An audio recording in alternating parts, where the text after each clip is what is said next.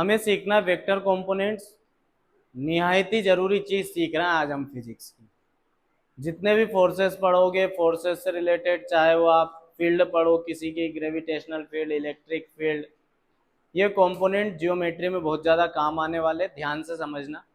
जैसे मान लो हमें कोई एक वेक्टर गिवन है ग्राफ पर, पहले हम ग्राफ बना लेते हैं, हेडिंग लिख लेते हैं वेक्टर कंपोनेंट्स।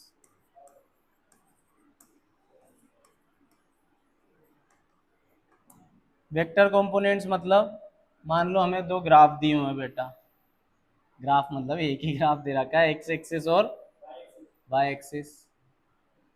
ये एक्स एक्सिस है और ये वाई एक्सिस है, और हमें ग्राफ कुछ ऐसा दिया हुआ है, यहाँ से कुछ ऐसा ग्राफ जा रहा है ये, और ये जो ग्राफ दे रखा है ये एक वेक्टर का ग्राफ दे रखा है, ए वेक्टर का। ठीक है, तो अब इस वेक्टर के कंपोनेंट क्या होंगे, तो इस वेक्टर का अगर मैं एक्स एक्सिस और वाई एक्सिस पे इसका प्रोजेक्शन निकालू, प्रोजेक्शन मतलब छाया, छाया मतलब कि मान लो यहाँ अगर बैटरी जलाई हमने, तो इसकी छाया एक्स एक्सिस पर बनेगी। अच्छा थोड़ा सा दिमाग लगाओ, छाया कितनी लंबी होगी, क्या इतनी ही लंबी होगी छाया? मतलब जब इस पर ये इसकी छाया बनेगी तो यहाँ से यहाँ तक की बनेगी, तो एक तो ये कंपोनेंट हो जाएगा। इस लंबाई को, यहाँ से यहाँ तक की लंबाई को, क्योंकि ये ए का कौन सा कंपोनेंट है जो एक्स पर बन रहा है, तो इसे हम नाम देंगे ए एक्स। क्या नाम देंगे बेटा? ये बेस में लगा हुआ रहेगा एक्स, एक्स। बात आई समझ में? और क्या इसी तरह एक को अगर बैटरी यहाँ से जला दूं मैं, आँख, आँख बन गई है आँख, बैटरी अगर यहाँ से जला दूं बेटा मैं, तो एक प्रोजेक्शन यहाँ भी बनेगा सामने। उसकी लंबाई कितनी होगी बेटा? तो उसकी लंबाई सर ये होनी चाहिए, ये इतनी लंबी। बात आ रही समझ में मेरी? क्योंकि ये छाया वाई एक्सिस पर बन रही है तो इसको हम नाम देंगे ए वाई। क्या इनके मान निकाल सकते? निकाल सकते हैं। ये अगर थीटा हुआ बेटा, तो देखो मेरे पास किसकी लंबाई है, केवल परपेंडिकुलर की लंबाई है। आपको एक राइट एंगल ट्राइंगल नजर आ रहा है, इसे ओ नाम दे दो, इसे ए नाम दे दो, इसे बी नाम। अच्छा ओ ए भी मत दो क्योंकि ए हमने वेक्टर को नाम दे दिया, इसे ओ, इसे पी और इसे क्यू नाम दे दो। तो आपको एक राइट एंगल ट्राइंगल नजर आ रहा है, इन राइट एंगल ट्राइंगल कौन सा नजर आ रहा है? ओ पी क्यू, जहां पर क्यू 90 डिग्री। अगर राइट एंगल ट्राइंगल है तो ट्रिग्नोमेट्रिक रेशियो का यूज कर सकता हूं मैं, साइन थीटा कोस थीटा का। तो सबसे पहले देखो मुझे किसकी वैल्यू चाहिए, परपेंडिकुलर की वैल्यू चाहिए। तो एक ऐसा रेशियो बताओ मुझे जिसमें परपेंडिकुलर और हाइपोटेनियस दोनों आते हो। Sine, very good. क्या होता है? बहुत बढ़िया, साइन। साइन थीटा बराबर क्या होता है बेटा? Perpendicular upon hypotenuse. तो साइन थीटा बराबर, यहाँ देखो परपेंडिकुलर क्या है मेरा, पी क्यू, और हाइपोटेनियस क्या है, ओपी। क्या ओपी की वैल्यू है? क्या है? ए लिख सकता हूं। तो पी क्यू का मान यहां से क्या निकाल सकता हूं मैं? ए साइन थीटा हो जाएगा। अरे ए का गुणा करवा दिया। इसका मतलब पी क्यू की लंबाई कितनी आ गई बेटा? ए साइन थीटा। क्या बेटा जितना लंबा पी क्यू है उतना ही लंबा ये प्रोजेक्शन होगा? अगर ये साइन थीटा है तो ये भी, और इसको क्या नाम दे दिया मैंने, तो क्या इसका मान मैं ए साइन थीटा लिख सकता हूं? बात आई समझ में मेरी? इसी तरह अब इसको भूल जाओ, अब हम बात कर रहे हैं इस ए एक्स की। ये क्या है? इस राइट एंगल ट्राइंगल का बेस है। वैल्यू फिर से किसकी गिवन है हमें? हाइपोटेनियस की। ऐसा ट्रिग्नोमेट्रिक रेशियो बताओ जिसमें बेस और हाइपोटेनियस दोनों आते हो। Very good, cos. Cos equal to base upon hypotenuse. अरे याद है ना बेसिक से चीजें तो, क्यों अमन भाई? क्या हो जाएगा? कोस थीटा बराबर बेस अपॉन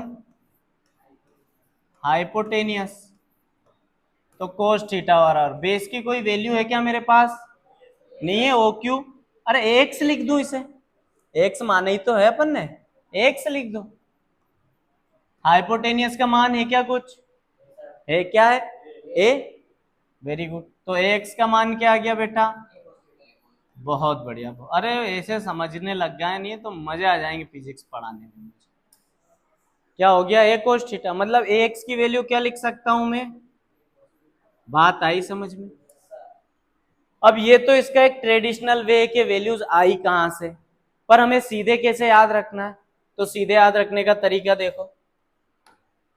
हमने क्या किया, यहाँ मैं कुछ फिगर बना रहा हूँ, ये एक्सिस है, एक्स एक्सिस वाई एक्सिस, एक वेक्टर कुछ ऐसा दे रखा है, यहाँ थीटा कोण बन रहा है। दूसरा हमें दे रखा है कुछ ऐसा, x axis y axis, vector वही है लेकिन इस बार थीटा कोण ऊपर बन रहा है। तीसरा हमें दे दिया है वही एक्स एक्सिस वाई एक्सिस हमें दे दिया है। अच्छा, थोड़ा सा इसे उल्टा पुल्टा कर लेते हैं। इस बार हमें कुछ ऐसा दे दिया है, ये वाई एक्सिस, ये एक्स एक्सिस, थीटा इस बार इधर है, वेक्टर इधर है मतलब, और थीटा एंगल ये बन रहा है। और क्या पॉसिबल है? तो और हमें हर पॉसिबिलिटी पे बात करेंगे अपन, ठीक है। चौथे नंबर में कुछ ऐसा दे दिया, हाँ ये एक्स एक्सिस है, ये वाई एक्सिस है, वेक्टर फिर से वही लेकिन एंगल इस बार ये दे दिया, ठीक है। पांचवी कंडीशन क्या हो जाएगी कि इस बार नेगेटिव उस डायरेक्शन में जा रहा है, वेक्टर कुछ ऐसा दे दिया हमें और ये यहाँ दे दिया थीटा। अच्छा, इन वेक्टर को नाम दे दो, इसे नाम दे दिया ए वेक्टर, इसे नाम दे दिया बी वेक्टर, इसे नाम दे दिया मान लो एफ वेक्टर, नाम दे दो, क्या नाम दे दो? F vector. इसको मान लो नाम दिया है ई वेक्टर, इसको नाम दिया है मान लो वी वेक्टर, ठीक है। और क्या कंडीशन हो सकती है? तो एक ये कंडीशन हो सकती है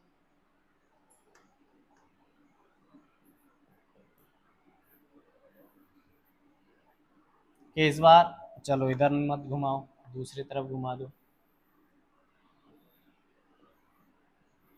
कुछ ऐसा दे दिया हमें, इसको नाम दे देते हैं हम बी वेक्टर, नाम दे देते हैं फिर से, और एंगल इस बार बन रहा है थीटा, ठीक है। ये हमने बहुत सारे एग्जाम्पल लिख लिए यहाँ पर। हमें क्या याद रखना? हमें याद रखना बेटा कि वेक्टर का मान तो आगे लगेगा ही, जैसे ए वेक्टर है तो ए आगे चिपकेगा, बी वेक्टर है तो बी, ई वेक्टर है तो ई। बस जिस कंपोनेंट के साथ थीटा कोण बन रहा है वो कोस के साथ जाएगा, जिसके साथ थीटा कोण नहीं बन रहा है वो साइन के साथ जाएगा। क्या बोला मैंने? जिसके साथ थीटा कोण बन रहा है वो कोस के साथ, और जिसके साथ थीटा कोण नहीं बन रहा है वो, अरे बोलो ना यार, जिसके साथ थीटा कोण बन रहा है वो कोस के साथ, जिसके साथ थीटा कोण नहीं बन रहा वो, एक बार और बोलो, जिसके साथ थीटा कोण बन रहा है वो, और जिसके साथ नहीं बन रहा है। चलो अब देखो, अब कुछ भी नहीं बचा, अब हमारे दिमाग में बात क्लियर हो गई। थीटा कोण इसके साथ बन रहा है तो ये वाला कंपोनेंट हो जाएगा ए कोस, और बाकी बचा हुआ ए साइन थीटा। इसमें बताओ ये बनेगा क्या है? B cos theta. क्या होगा ये? क्या यहाँ थीटा कोण है क्या? तो जो नहीं बन रहा है तो साइन थीटा के साथ, इसके साथ बन रहा है क्या? ये थीटा कोण इसके साथ बन रहा था। आई बात समझ में? यहाँ बताओ ये वाला क्या बनेगा? वेरी गुड, क्या बनेगा? ये वाला। आई बात समझ में? कोई दिक्कत? चलो फटाफट ये बताओ, ई है, ये क्या बनेगा? हैं? ये साइन थीटा, बहुत बढ़िया। ये क्या बनेगा? बहुत शानदार। यहाँ पर बताओ ये क्या बनेगा? V cos theta. ये वाला क्या बन जाएगा? आ रही बात समझ में? यहाँ बताओ बेटा ये क्या बनेगा ऊपर? अरे पूरा बोलो यार। यहाँ क्या बनेगा? कोई दिक्कत कंपोनेंट्स में? अब बनाना सीख गए कंपोनेंट। भाई जिसके साथ थीटा कोण बन रहा है वो कोस के साथ जाएगा, जिसके साथ थीटा कोण नहीं बन रहा वो साइन के साथ जाएगा। बात खत्म होती, कंपोनेंट धुआं धुआं होगा। इतना याद रख लिया, बहुत हेल्प करेंगे। इतनी बात आई समझ में? चलो तो इन्हें लिख लो एक बार।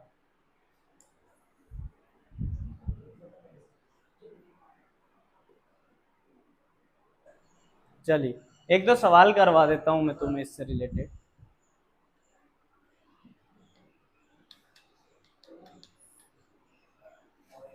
Find the magnitude of components of vector. Vector component, vector के कंपोनेंट्स फाइंड आउट कीजिए। और यहाँ हमें पहला सवाल दे दिया गया है कुछ ऐसा, ये वेक्टर दे दिया हमें, इसका मान है 10 न्यूटन और यहाँ पर एंगल दे रखा है 30 डिग्री, ठीक है। चलो दूसरा सवाल हमें दे दिया है यहाँ पर,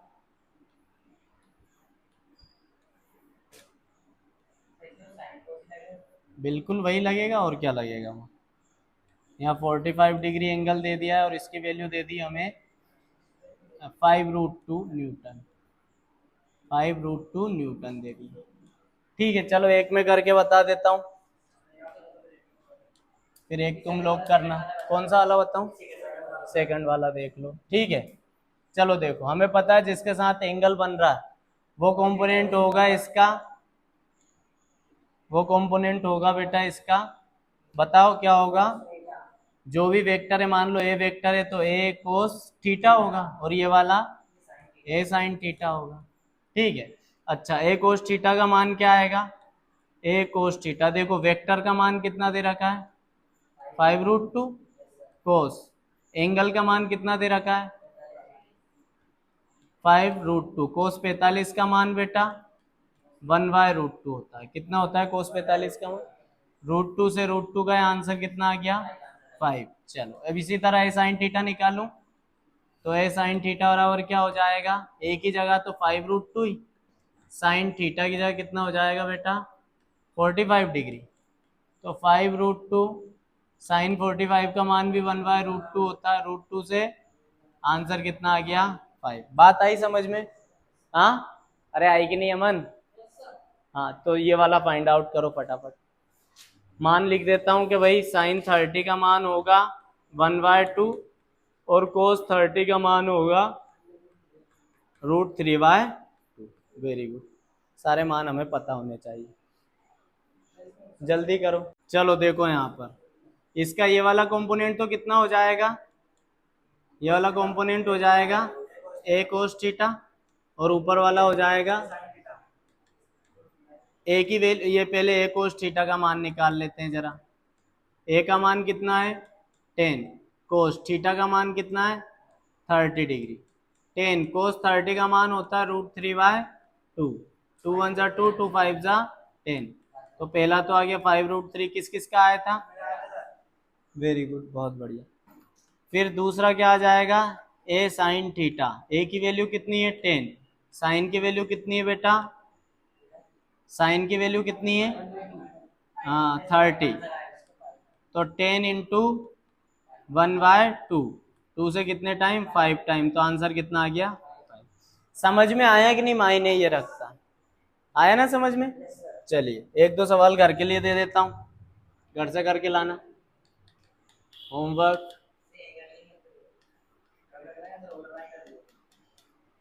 यहाँ तो पढ़ेंगे ना आगे। अरे यार 45 डिग्री एंगल की वैल्यू लिखो यहाँ 3√2 न्यूटन। 4 से लिख लो, मतलब वेक्टर का मान है बी।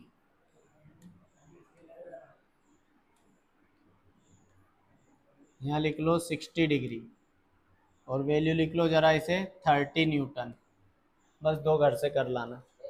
आप लोग भी जो ऑनलाइन देख रहे हैं वो इन्हें करके और कमेंट बॉक्स में इनके आंसर डाले जरा।